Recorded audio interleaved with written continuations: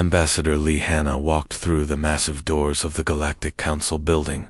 The walls were made of shining crystal that reached up so high, she had to tilt her head back to see the top. Everything about this place was built to make visitors feel small and unimportant. It was a clear message to humanity that they were the newest and weakest members of the galactic community. Hannah straightened her formal blue robes and walked to the center of the great hall. Hundreds of alien beings sat in curved rows around her, each representing different worlds and species that had been traveling between stars for thousands of years. Some looked almost human, while others were so strange that Hannah still felt surprised when she saw them. "The human delegation asks to speak," Hannah said clearly. Her voice echoed in the huge room. She had practiced the alien language called Galactic, standard 4 years until she could speak it perfectly. Every word had to be exactly right in a place like this. General Krex of the Vorthok Empire shifted in his chair and smiled. The Vorthok were tall gray beings with metal parts grafted into their bodies. They had taken over 12 different star systems by force, and everyone knew they were the strongest military power in the galaxy. Krex's metal arm made small clicking sounds as he moved. "Oh yes, the humans," Krex said with amusement in his voice. "Please, tell us what you think we should do." Hannah activated her holographic display. Images of ancient ruins appeared in the air above her head. The ruins were on a planet in the Kepler 442 system, and they were older than any civilization anyone knew about. Strange symbols covered massive stone blocks, and mysterious machines sat silent in underground chambers. "Earth proposes a joint study mission to these ruins," Hannah explained. "If all our species work together, we can learn more than any one group could discover alone. The knowledge we find should be shared equally among all council members." She talked about how cooperation made everyone stronger. She explained how peaceful exploration could benefit all species. She spoke about working together to unlock the secrets of the ancient builders who had left these ruins behind. The alien delegates began looking at each other and making small sounds. Some were trying not to laugh out loud. The Chitauri Queen, who looked like a giant insect with 4 arms and glittering compound eyes, made a clicking noise with her mouth parts. For the Chitauri, this was the same as laughing. "How sweet," the Queen buzzed.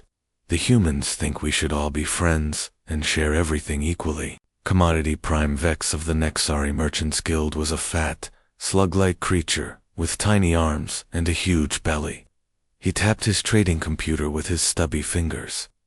Numbers and prices flowed across the screen in alien writing. "Equal sharing," Vex wheezed. "Little human child, this is the real galaxy. Information costs money. Knowledge is power. Nothing is free." Other delegates joined in making comments. The shark-like devourers whispered among themselves about how naive humans were. The energy beings called the Lumina flickered with what might have been amusement. Even the peaceful plant people of Verdania rustled their leaves in a way that suggested they thought humans were foolish. Hannah stood quietly and listened to it all. Her face showed no emotion, even though she could hear every insult and dismissive comment. This was exactly what she had expected to happen. When the voting began, the results were predictable. The Vorthok Empire was given control of the most promising archaeological sites. The Nexari got the trading rights for any valuable materials found. The Chitauri were assigned the military security for the dig sites. Humanity was given permission to study 3 small asteroid belts that everyone knew contained nothing interesting. The space lanes that went through human territory were marked as low priority for patrol ships, which meant pirates and raiders would probably attack human ships without anyone coming to help. "Earth thanks the wise council for these assignments," Hannah said with perfect politeness. She bowed her head slightly in a gesture of respect. "We are grateful for this opportunity to prove ourselves. Perhaps in time, we will earn the trust needed for greater responsibilities." The session ended, and delegates began filing out. They talked among themselves in dozens of different languages, but Hannah could understand enough to know they were all saying the same thing. The humans were weak. The humans were stupid. The humans would never survive in the dangerous galaxy without protection from stronger species. General Krex paused near Hannah as she packed up her holographic projector.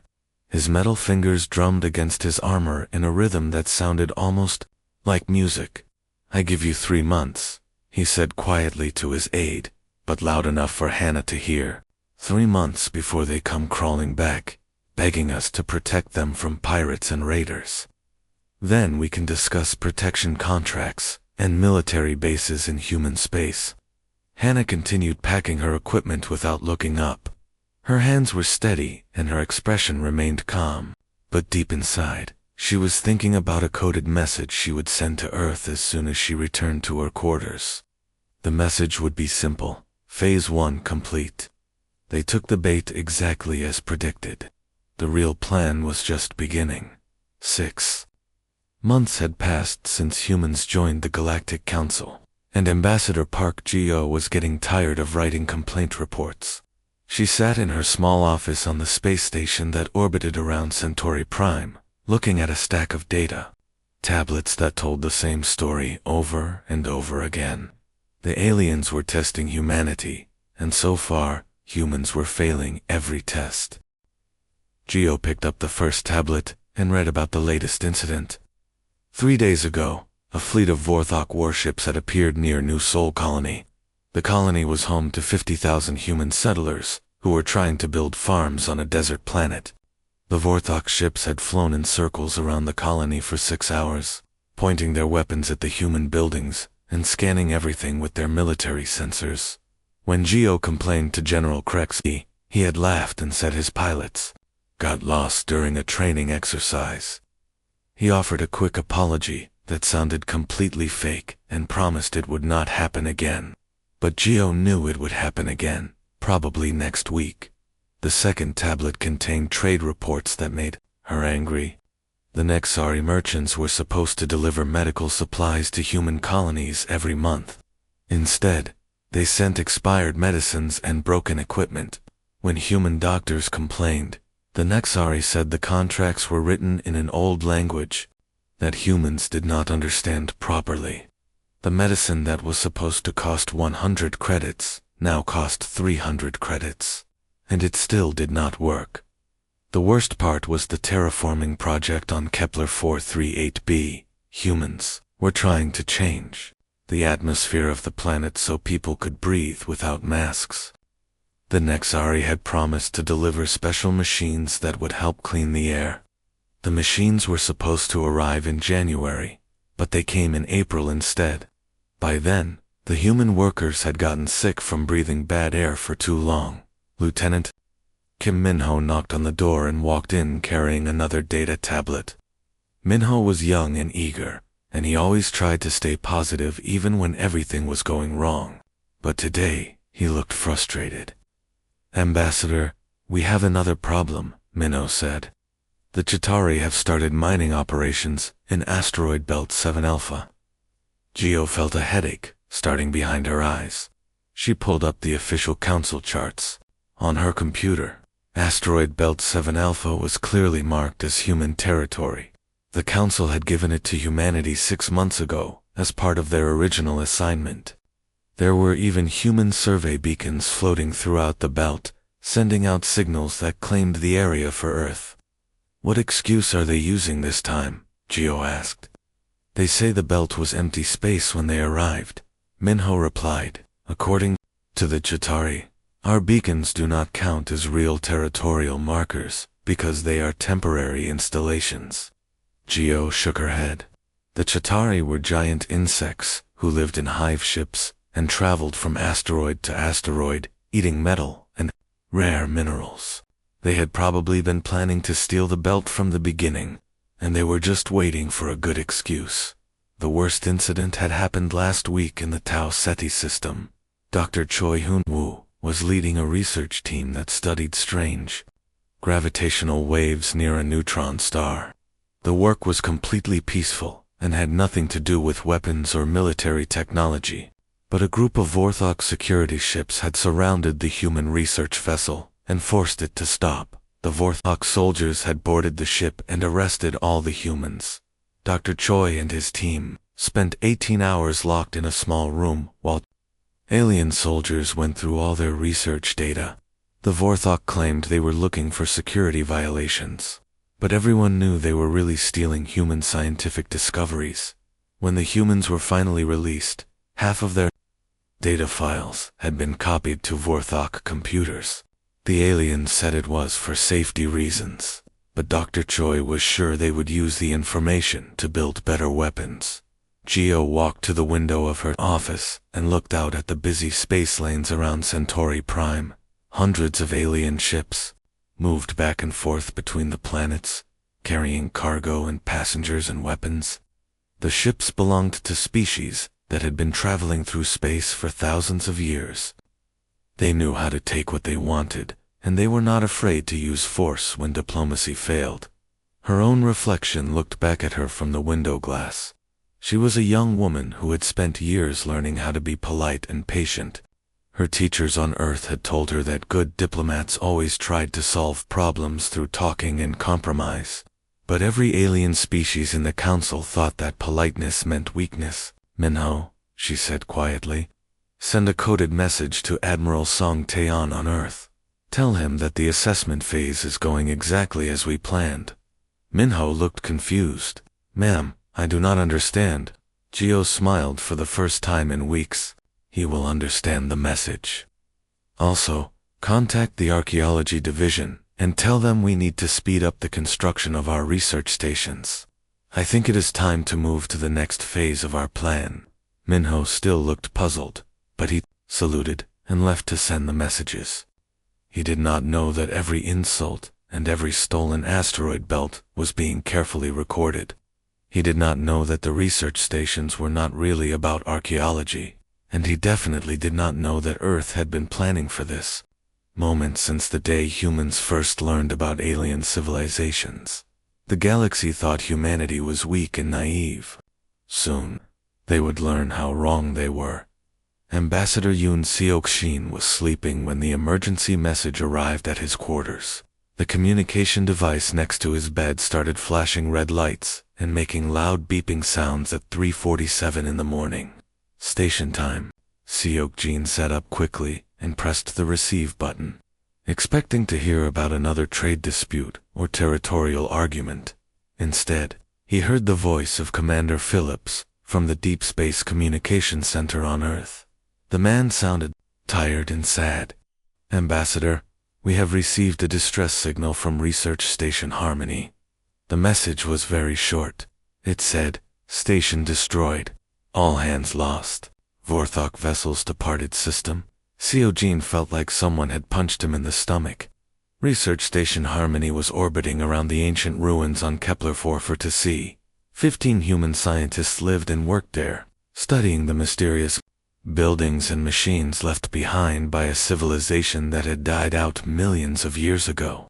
The station was supposed to be completely safe, protected by council law and international treaties. Seok-jin did not sleep for the rest of the night. He spent hours reading reports and trying to contact the station, but there was only silence, where Harmony should have been. By morning, long-range sensors confirmed the worst news. The station was gone, blown into thousands of pieces that floated in space like metallic snow. 12 hours later, Seok-jin stood in the center of the Galactic Council chambers. His blue diplomatic uniform was wrinkled, and his hair was messy because he had not had time to fix it properly. His eyes were red from staying awake all night, but his voice was steady and clear. 15 researchers are dead, he announced to the assembled alien delegates. Dr. Bae Young-mi, who discovered how to read the ancient writing systems. Dr. Lim Doyan, who figured out how the old machines worked. And 13 other brilliant scientists who wanted to learn about the past so they could help build a better future. The holographic display above Seok-jin's head showed pictures of the debris field where Harmony Station used to be. Twisted metal and broken equipment drifted through space, along with personal belongings that had belonged to the dead researchers. A child's toy, probably something Dr. Kim had brought to remind her of her daughter back on Earth. A music player that Dr. Park used to listen to classical music while he worked late at night. These people were murdered, Seok-jin continued, while they were doing peaceful scientific research that would benefit every species in the galaxy. General Krex made an annoyed sound and turned on his mechanical translator. The device was built into his metal arm, and it made clicking noises whenever he spoke. Ambassador Yoon, you are using very emotional language that is not appropriate in these chambers. The Vorthok 4th Fleet was doing routine security patrols when they found an illegal facility in disputed territory. Seok-jin turned to look directly at General Krex. His voice stayed calm and polite, but something about the way he spoke made several other delegates move uncomfortably in their seats. Disputed territory. Research Station Harmony was built with full approval from this council. It was located in space that was officially assigned to humanity 6 months ago. The archaeological sites were declared strategically important, Krex replied. Your scientists were told to leave the area immediately. They were given 17 minutes, Seok-jin said quietly. 17 minutes to pack up years of research and run for their lives. 17 minutes before your warships opened fire on a defenseless research station. The Chitauri Queen made her clicking laugh sound. Perhaps humans should work on smaller projects. Your species does not understand how dangerous galactic politics can be. Commodity Prime Vex looked at his trading computer and shrugged his fat shoulders. The economic damage is very small. Research stations do not make much money anyway. Ambassador, Yoon Seok-jin stood completely still for almost a full minute. His dark eyes looked at each alien delegate, one by one, as if he was memorizing their faces. The chamber became so quiet that everyone could hear the soft humming of the air. Recycling systems. When Seok-jin finally spoke again, his voice had the same polite diplomatic tone he had always used, but somehow, it sounded different now, more dangerous. The human delegation formally requests a complete investigation of this incident, he said. We trust that the council will ensure justice is done. The vote happened quickly. Investigation approved, but no timeline was set. Enforcement. Actions would be decided later, maybe never. It was diplomatic language that meant absolutely nothing would be done to punish the Vorthok for destroying the station and killing 15 innocent people. As the session ended and delegates began leaving, Seok-jin carefully packed his holographic projector and data tablets. General Krex walked over, his heavy armor making loud clanking sounds with each step. The alien general was more than twice as tall as Seok-shen, and his shadow covered the human diplomat completely. Let me give you some advice, Ambassador Krex said in a voice like grinding metal. The galaxy is a very dangerous place for species that are not prepared to defend themselves. Maybe Earth would be interested in Vorthok protection services. We offer very reasonable rates. Seok-jin looked up at the towering alien warrior. His expression did not change at all. Thank you for your concern, General Krex. Earth always appreciates offers of cooperation. That night, Seok-jin sent a coded message to Earth using encryption technology that no alien species had ever seen before. The message was short. Phase 3 authorized. The gloves come off. On Earth, Admiral Sung Taeyeon smiled when he read those words. It was time to show the galaxy what humans could really do. Ambassador Han Nari walked into the Galactic Council chambers like she owned the place. Her footsteps echoed loudly in the huge room, and she held her head high with confidence that no human diplomat had ever shown before. The alien delegates noticed immediately that something was different about this woman. She did not look nervous or apologetic like the other human ambassadors. Instead, she looked like someone who was about to deliver very important news. Honored delegates, Nari said in a clear, strong voice that reached every corner of the chamber. I have come here today to tell you about major changes in Earth's position in galactic politics.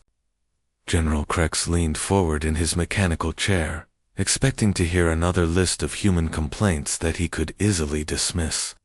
His metal fingers drummed against his armor in a bored rhythm. Oh really? What problems are you going to cry about today? None, Nari replied with a small smile. Today I am not here to complain. Today I am here to explain what has really been happening. She pressed a button on her control device, and suddenly the air above her head filled with holographic images. But these were not the simple star charts and basic diagrams that human diplomats usually showed. Instead, the chamber was filled with incredibly detailed technical blueprints, classified military documents, and secret intelligence reports that made several alien delegates gasp in shock. For the past 18 months, you thought Earth was practicing weak diplomacy, Nari continued calmly. You believed we were naive and helpless. In reality, we were conducting the largest spy operation in the history of the galaxy. The Chitauri Queen's for wings started buzzing rapidly, which was a sign that she was very nervous. What are you trying to say? I am not trying to say anything, Your Majesty. I am telling you exactly what happened. Nari moved her hands, and the holographic display changed to show detailed blueprints of Vorthok military bases, secret Nexori trade routes, and the internal structure of Chitauri hive ships. Every research station we built, every diplomatic ship we sent out, every archaeological dig we started, all of them had two jobs. Commodity Prime Vex was so surprised that he dropped his trading tablet. The device hit the floor with a loud crash, and numbers scattered across the broken screen. That is impossible. Our security systems would have detected any spying. Your security systems were designed to catch normal spies, Nari interrupted. They were not designed to catch scientists who are pretending to study ancient ruins while actually studying your military secrets. While you were laughing at our archaeologists and researchers, they were secretly mapping your defense systems, analyzing your weapons technology, and finding the weak points in all your space stations. The holographic display changed again, and now it showed something that made every alien in the room fall silent.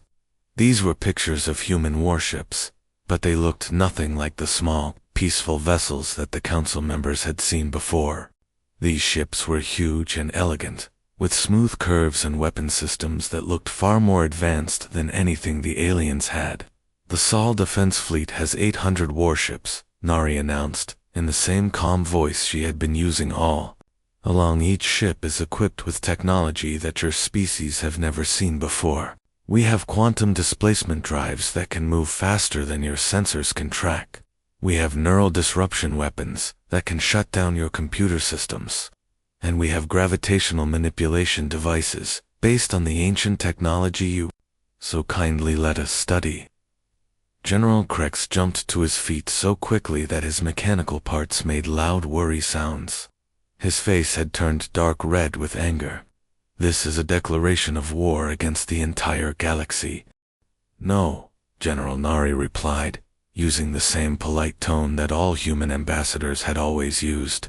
This is not a declaration of war. This is a renegotiation of our treaties. She gestured again, and the display showed the current positions of human ships throughout known space. Red dots appeared on the star map, marking locations near every major alien world, trade route, and military base.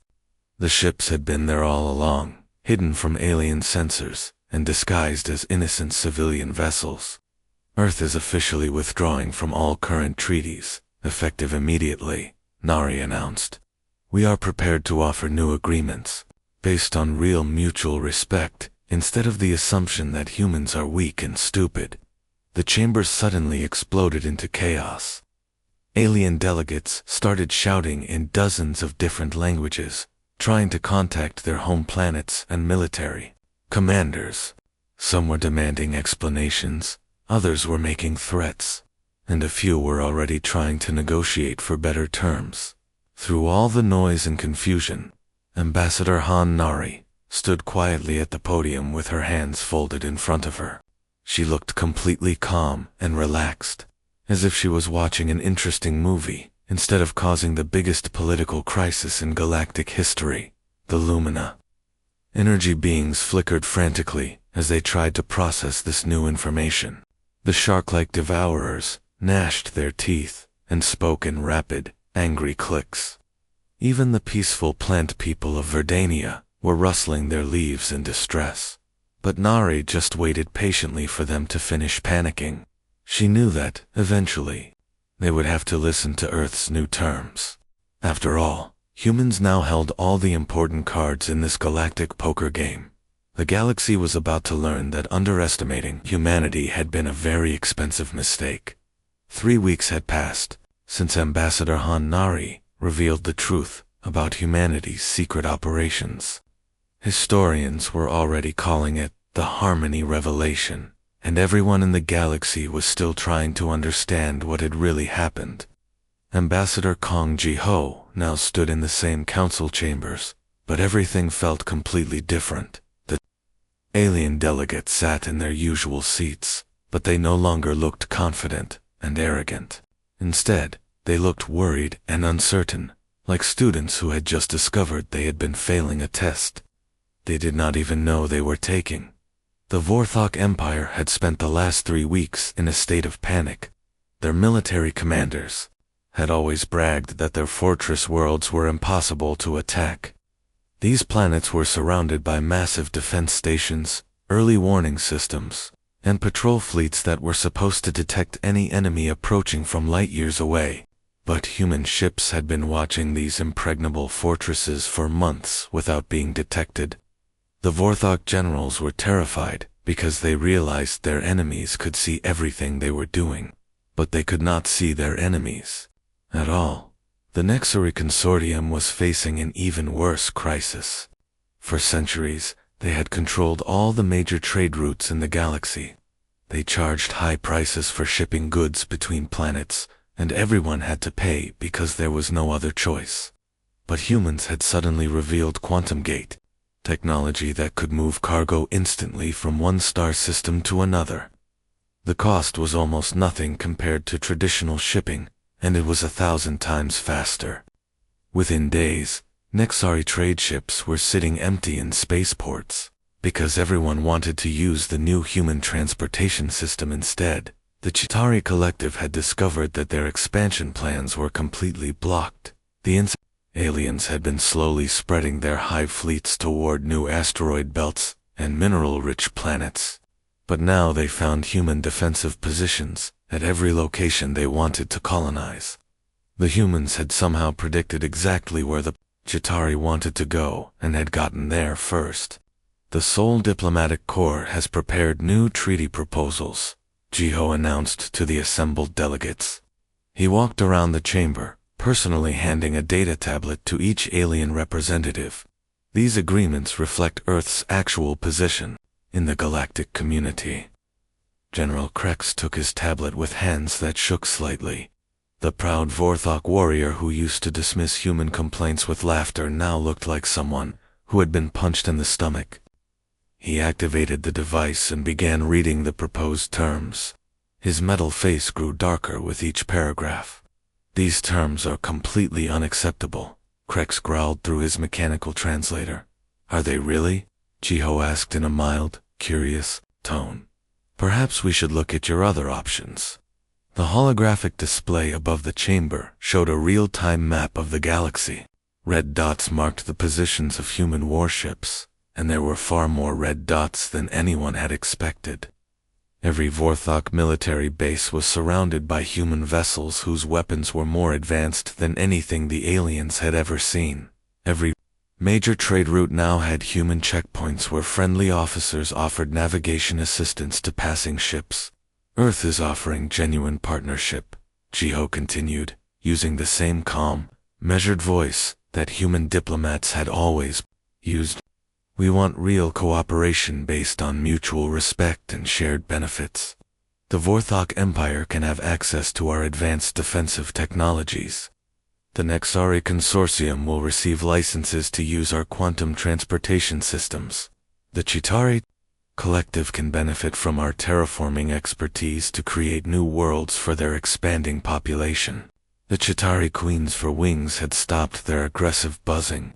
Now they moved slowly and nervously, like someone who was trying very hard to stay calm. What happens if we refuse these offers? Then nothing changes, Jiho replied simply. You can continue doing exactly what you have been doing. But you should understand that Earth will no longer tolerate attacks on human colonies, theft of human territory, or unfair treatment of human citizens. Commodity Prime Vex studied his data tablet very carefully. The fat Nexari merchant had always been good with numbers, and he could see that these new trade agreements were actually much more generous than anything his people had offered to humans. During the months when aliens thought humans were weak, the Nexori had charged triple prices for basic supplies and delivered broken equipment on purpose. But now humans were offering fair prices, quality goods, and fast delivery. These terms are not punitive, Vex admitted, with surprise in his wheezing voice. They are actually quite reasonable. Earth has never wanted to conquer anyone, Gio explained patiently. We never did. From the very beginning, we only wanted fair treatment and honest cooperation. The methods we use to achieve this position do not change our basic goals. For the next several hours, alien delegates frantically contacted their home worlds, military commanders, and government leaders. The reality was impossible to deny. Humanity had outplayed every major power in the galaxy without firing a single shot. What everyone had interpreted as weakness had actually been careful preparation. What looked like naive diplomacy had actually been the largest intelligence-gathering operation in galactic history. What seemed like diplomatic failures had actually been precisely calculated moves in a game that only humans understood they were playing. One by one, the new treaties were signed. As the session ended, General Krex approached Ambassador Kong with something that looked almost like respect. Your species was never actually weak, was it? Jiho smiled with the same polite, diplomatic expression that humans had always shown. General, we tried to tell you from the very beginning. We believe in cooperation and mutual benefit. You chose to interpret that as weakness instead of preference. And now you understand the difference, Jiho replied calmly. Earth still prefers cooperation and peaceful solutions. We simply wanted to make sure you understood that this was a choice, not a necessity. The Galactic Council session ended with humanity in control, holding the power they had quietly built while everyone else assumed that diplomacy meant weakness. The galaxy had learned an important lesson.